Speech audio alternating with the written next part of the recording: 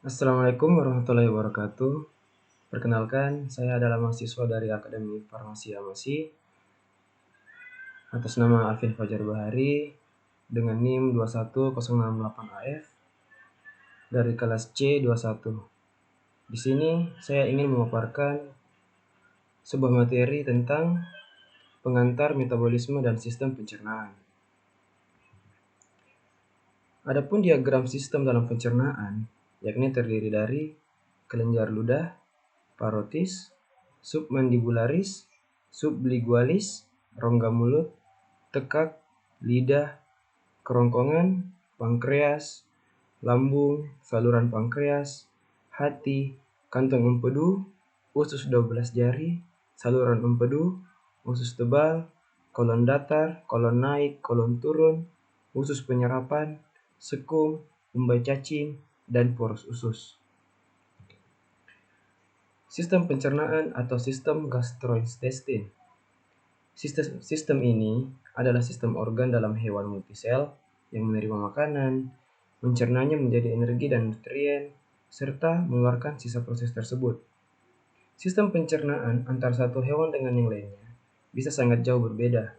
Pada dasarnya, sistem pencernaan makanan dalam tubuh manusia dibagi menjadi 3 bagian, yaitu proses penghancuran makanan yang terjadi dalam mulut hingga lambung. Selanjutnya adalah proses penyerapan sari-sari makanan yang terjadi dalam usus. Kemudian yang terakhir adalah proses pengeluaran sisa-sisa makanan melalui anus. Adapun pencernaan dalam rongga mulut. Perubahan kanji, yakni amilopektin dan amilosa menjadi glukosa, berawal di dalam mulut. Kelenjar liur mensekresikan sekitar 1 liter cairan per hari yang mengandung musin liur dan amilase liur.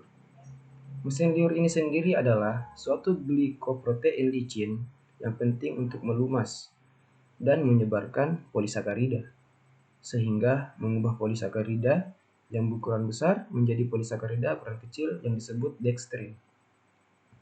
Makanan bergerak dari mulut melalui esofagus, masuk ke lambung, tempat kerja amilase ditekan oleh pH asam lambung, yang menyebabkan denaturasi enzim. Adapun energi yang dihasilkan oleh proses tersebut ialah oksidasi lengkap dari glukosa menjadi CO2 dengan air menggunakan jalur glikolisis. Daur-Krebs dan fosforilisasi oksidatif menghasilkan 36 ATP. Jika gliserol fosfat digunakan, bila menggunakan malat aspartat menghasilkan 38 ATP.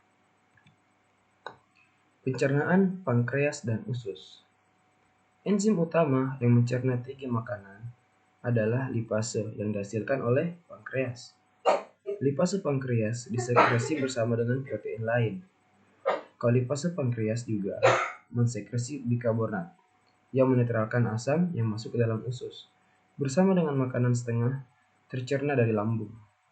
Bikarbonat meningkatkan pH isi lumen usus menjadi sekitar 6 yang optimal bagi kerja semua enzim pencernaan dalam usus. Lipase pankreas juga menghasilkan esterase yang memutus asam lemak dari berbagai senyawa, dan fosfolipase yang mencerna fosfolipid menjadi komponen-komponennya. Pencernaan dalam lambung. Proses pencernaan ini berlanjut sewaktu makanan berpindah dari lambung ke dalam bagian atas usus halus, yang biasa disebut duodenum. Sekresi pankreas eksokrin sekitar 1,5 liter per hari mengandung bikarbonat yang menetralkan asam dari lambung. Sekresi tersebut juga mengandung amilase pankreas yang terus menghidrolisis ikatan 1-4 dalam kanji. Produksi ATP. Beberapa hipotesis telah diajukan untuk menerangkan bagaimana peristiwa transfer elektron positif menghasilkan pembentukan ATP, antara lain hipotesis kimiosmotik dari Mitchell di mana ATP melalui rantai pernapasan dalam mitokondria. Bila rantai pemindahan elektron bekerja, proton dipompakan ke sebelah luar dari membran dalam mitokondria, sehingga pH jadi lebih rendah. Menurut hipotesis kimiosmotik ini, arus balik dari proton yang menuju ke dalam mitokondria digunakan untuk fosforilisasi ADP menjadi ATP. Ini mensyaratkan bahwa fosforilisasi hanya terjadi pada mitokondria yang utuh, Dan peristiwa ini akan berhenti bila ada suatu zat yang dapat membuat membran bagian dalam mitokondria ini menjadi permeabel bagi ion hidrogen.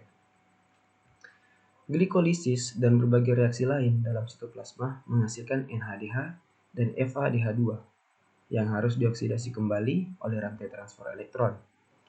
Oleh karena mitokondria tidaklah permeabel untuk senyawa dua ini, ada mekanisme lain yang bekerja pulang pergi seperti torak untuk membawa elektron ini ke dalam mitokondria. Hanya elektron yang berasal dari ekuivalen produksi yang berasal dari sitoplasma yang memasuki mitokondria. Molekul NAD dan FAD sendiri tetap berada di sitoplasma. Mungkin hanya itu materi yang bisa saya sampaikan. Lebih dan kurangnya mohon dimaafkan. Assalamualaikum warahmatullahi wabarakatuh.